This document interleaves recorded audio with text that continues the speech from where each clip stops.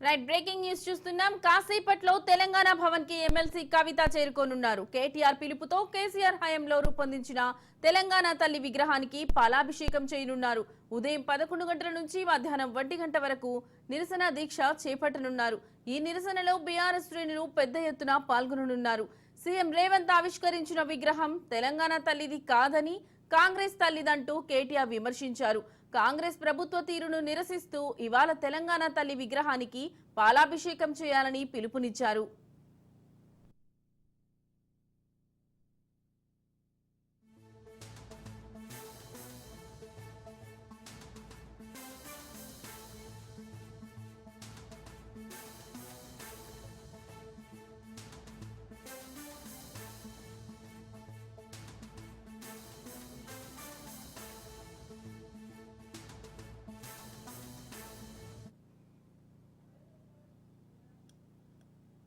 కాసేపట్లో తెలంగాణ భవన్ కి ఎమ్మెల్సీ కవిత చేరుకోనున్నారు. కేటీఆర్ పిలుపుతో కేసీఆర్ హయాంలో రూపొందించిన తెలంగాణ తల్లి విగ్రహానికి పాలాభిషేకం చేయనున్నారు.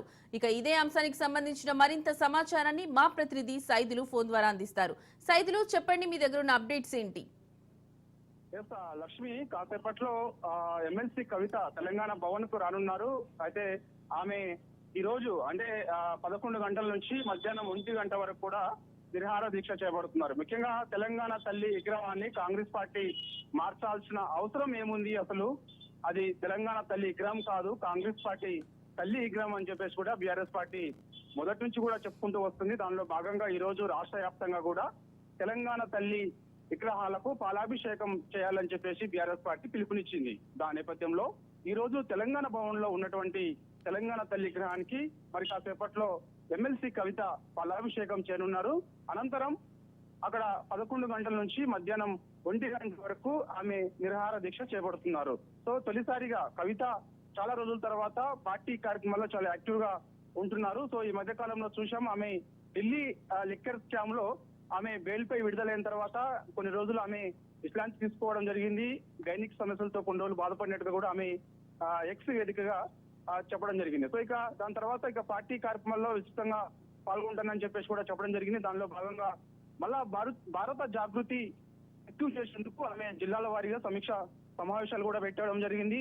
సో ఇక్కడ నుంచి పార్టీ కార్యక్రమాల్లో చాలా యాక్టివ్ గా పనిచేసేందుకు ఆమె ఒక సంకేతం కూడా ఇవ్వడం నేపథ్యంలో ఇక ఈ రోజు అక్కడ తెలంగాణ తల్లి విగ్రహానికి పాలాభిషేకం చేసిన తర్వాత ఆమె దాదాపుగా 3 గంటలకు పైగా నిరాహార దీక్ష తెలంగాణ భవన్ లోనే చేరున్నారు. సో ఈ నేపథ్యంలో పెద్ద ఎత్తున బీఆర్ఎస్ పార్టీ చెందినటువంటి మహిళా కార్యకర్తలందరూ కూడా అక్కడికి చేరుకుంటున్నారు. సో ఇక దీంతో పాటుగా మీరు మిగిలిన ప్రజాప్రతినిధులు అంటే ఇక్కడ సబితా ఇందరెడ్డి మాజీ మంత్రిగా ఉన్నటువంటి సబితా ఇందరెడ్డి, మహేశ్వరం ఎమ్మెల్యే ప్రస్తుతానికి, సో ఇక సుంతా లక్ష్మారెడ్డి నర్సాపూర్ ఎమ్మెల్యే, వీళ్ళంతా మహిళా ప్రజాప్రతినిధులు కూడా మరి కాసేపట్లో తెలంగాణ భవన్ కి చేరుకుంటారు. సో పెద్ద ఎత్తున తెలంగాణ భవన్ కి బీఆర్ఎస్ పార్టీకి చెందినటువంటి శ్రేణులందరూ కూడా చేరుకుంటున్నారు. సో ఇక దాదాపు అంటే ఆమె నిరాహార దీక్ష చేసిన తర్వాత మీడియాతో కూడా మాట్లాడే అవకాశం కనిపిస్తుంది. ఇక మీడియాతో ఏం మాట్లాడతారు అనేది కూడా కొంత ఆసక్తి. ఎందుకంటే వాస్తవంగా మనకి తెలంగాణ తల్లి విగ్రహం అంటే మన తెలంగాణ అస్తిత్వమే బతుకమ్మ లేకుండా తెలంగాణ తల్లి ఎలా ఉంటుందని చెప్పేసి కూడా బీఆర్ఎస్ పార్టీ చెప్తుంది.